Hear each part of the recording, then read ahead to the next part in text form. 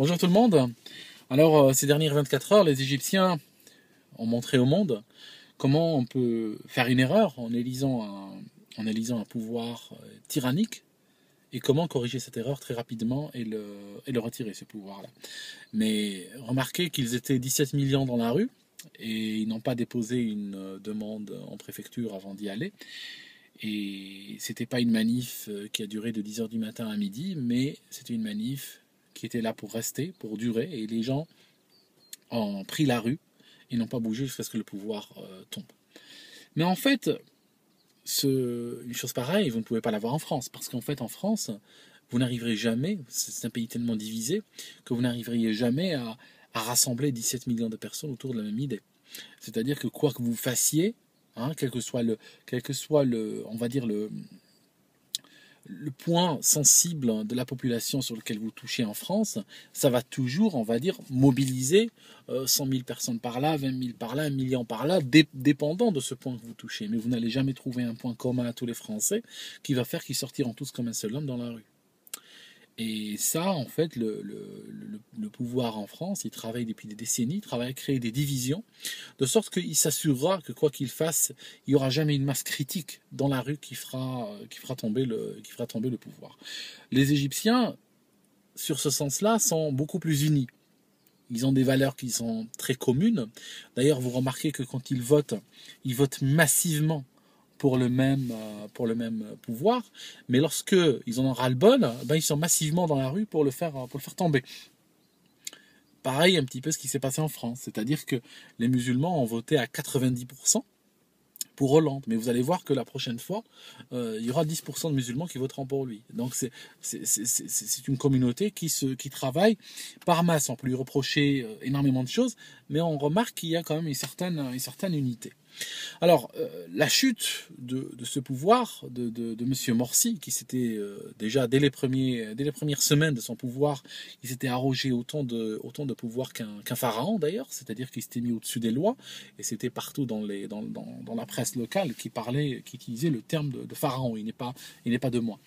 Et ce qui s'était passé à l'époque, ni l'Union européenne, ni le pouvoir américain, ni personne ne s'était ému de ces abus du pouvoir islamiste, égyptien. D'ailleurs, il leur avait donné même de l'argent, je crois. Rien que la France a donné plus qu'1 milliard d'euros à ce pouvoir-là.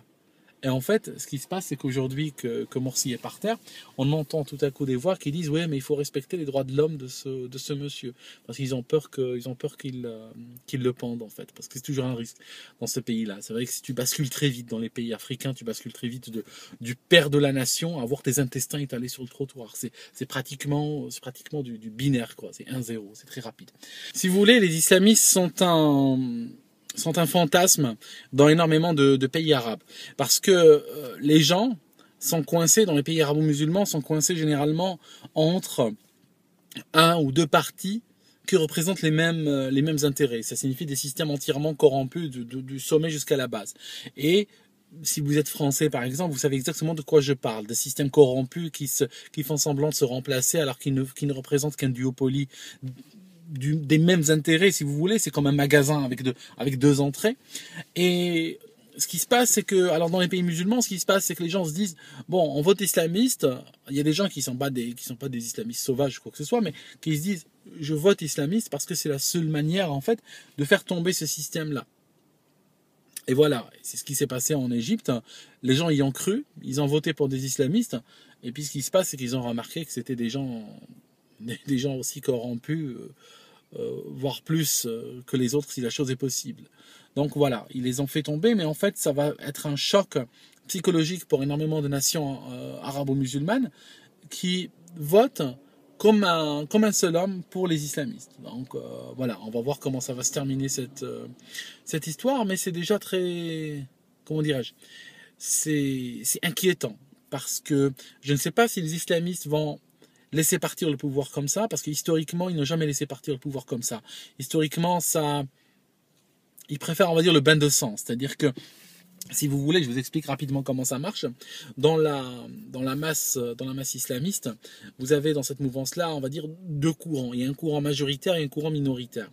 Alors, le courant majoritaire, ce sont des gens qui se disent, on va arriver au pouvoir par les élections, et puis on va établir on va dire, le commandement de Dieu sur terre. Mais en fait, quand je dis Dieu, c'est le fric, hein, donc on se comprend, c'est juste un mot-clé.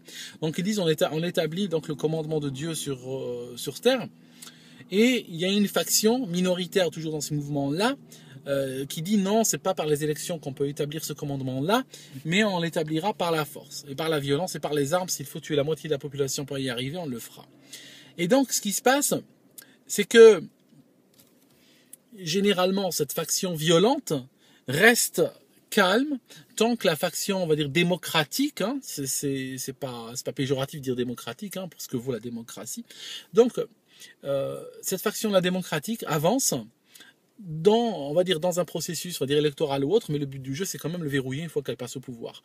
Et là, comme l'armée les a mis dehors par la force, je suis un petit peu inquiet. Je ne vais pas créer victoire trop vite. Il faut attendre un petit peu ce qui va se passer durant les prochains jours. Parce qu'il suffit qu'il y ait deux ou trois cargos d'égorgeurs comme ceux qu'ils ont en Syrie débarquent en Égypte. Et puis ça transforme le pays en merdier en très peu de temps, quoi. Puis il y aura bien sûr Fabius et consorts qui viendront dire qu'il faudra les financer. Parce qu'ils luttent pour la démocratie. Enfin, vous commencez à comprendre un petit peu le jeu. Hein. C'est toujours c'est toujours le même jeu qui se répète. Hein. Je veux dire, ils sont pas inventifs. Il y a aucun mérite à avoir ces choses-là. Aujourd'hui, on peut lire en eux comme sur un livre ouvert. Allez, je vous laisse et puis je vous souhaite, je sais pas quoi. Je sais plus quoi souhaiter, quoi. Allez, à bientôt.